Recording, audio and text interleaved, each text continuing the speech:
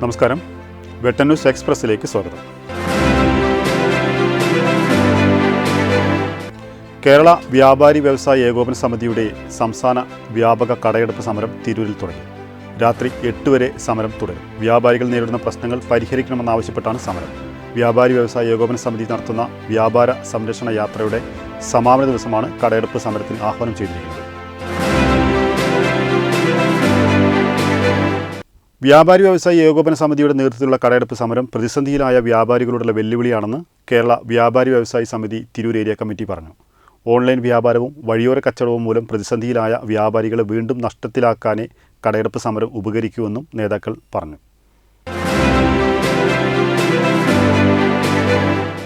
SYS Tanur zone platinum assembly ഉണ്ണിയാലിൽ നടന്നു. ഉത്തരവാദിത്വം മനുഷ്യപ്പറ്റിൻ്റെ രാഷ്ട്രീയം എന്ന പ്രമേയത്തിൽ നടന്നുകൊണ്ടിരിക്കുന്ന SYS പ്ലാറ്റിനം ഇയർ പ്രവർത്തനങ്ങളുടെ അനുബന്ധമായാണ് അസംബ്ലി സംഘടിപ്പിച്ചത്. നിറമേജൂർ ഹൈസ്കൂളിൽ നിന്നും 1989-90 കാലഘട്ടത്തിൽ 10ാം ക്ലാസ്സിൽ നിന്നും പടിയിറങ്ങിയ സഹപാഠി കൂട്ടായ്മയായ മഴവില്ല് കൂട്ടായ്മ കോരങ്ങത്ത് സാംസ്കാരിക സമുച്ചയത്തിൽ കുടുംബ സംഗമം സംഘടിപ്പിച്ചു. നഗരസഭാ ചെയർപേഴ്സൺ AP നസീമ മുഖ്യാതിഥിയായി.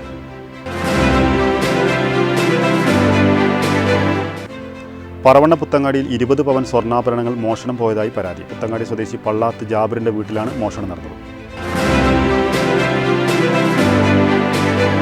താനൂർ നഗരസഭയിൽ ഹാർബർ എഞ്ചിനീയറിംഗിന്റെ 82.30 ലക്ഷം രൂപ ഉപയോഗിച്ച് പുതുതായി നിർമ്മിച്ച ചാഞ്ചേരി കുണ്ടിൽപീടിക റോഡിന്റെ ഉദ്ഘാടനം കായിക വകുപ്പ് മന്ത്രി V. അബ്ദുറഹ്മാൻ നിർവഹിച്ചു. നഗരസഭാ കൗൺസിലർ PT അക്ബർ അധ്യക്ഷത വഹിച്ചു.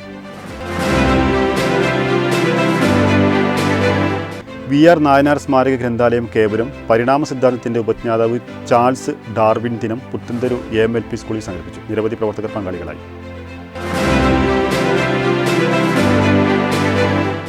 തിരൂർ നഗരസഭയുടെ 2024-25 വർഷത്തേക്കുള്ള budget vice chairman P. Ramankutty അവതരിപ്പിച്ചു.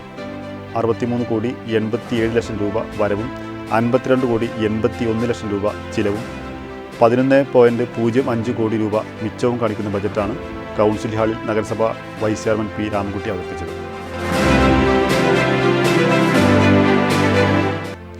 നാഷണൽ റൂറൽ ഹെൽത്ത് മിഷന്റെ സഹായത്തിൽ തിരൂർ നഗരസഭയിൽ 2 അർബൻ ഹെൽത്ത് വെൽനസ് സെന്ററുകൾ പ്രവർത്തനം തുടങ്ങി.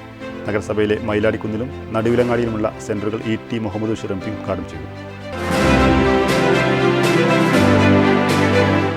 മീനടത്തൂരിലെ CH ഫൗണ്ടേഷന്റെ ആഭിമുഖ്യത്തിൽ നിർമ്മാണം പൂർത്തിയായിക്കൊണ്ടിരിക്കുന്ന കെട്ടിടത്തിൽ ഡയാലിസിസ് സെന്റർ ആരംഭിക്കുന്നതിനായുള്ള 100 രൂപ ചലഞ്ചിന് തുടക്കമായി. പാണക്കാട് നടന്ന ചടങ്ങിൽ പാണക്കാട് സയ്യിദ് സാദിഖ് അലി ശിഹാബ് തങ്ങൾ ഓൺലൈൻ ചലഞ്ച് ഉദ്ഘാടനം നിർവഹിച്ചു. കുട്ടികൾക്ക് മാതൃകയാകേണ്ടത് രക്ഷിതാക്കളും അധ്യാപകരുമാണെന്ന് MLA Kurukkoli Mary. PTA president forum Tirur municipal തല പ്രീ പ്രൈമറി കലോത്സവം വർണ്ണോത്സവം ഉദ്ഘാടനം ചെയ്തുകൊണ്ട് സംസാരിക്കുകയായിരുന്നു അദ്ദേഹം. തിരഞ്ഞെടുപ്പ് വിജ്ഞാപനത്തിന് മുമ്പ് തിരൂർ റെയിൽവേ സ്റ്റേഷനിലെ അമൃത് ഭാരത് പദ്ധതി വഴിയുള്ള നവീകരണ പ്രവർത്തനങ്ങൾ പൂർത്തിയാക്കാൻ നെട്ടോട്ടം.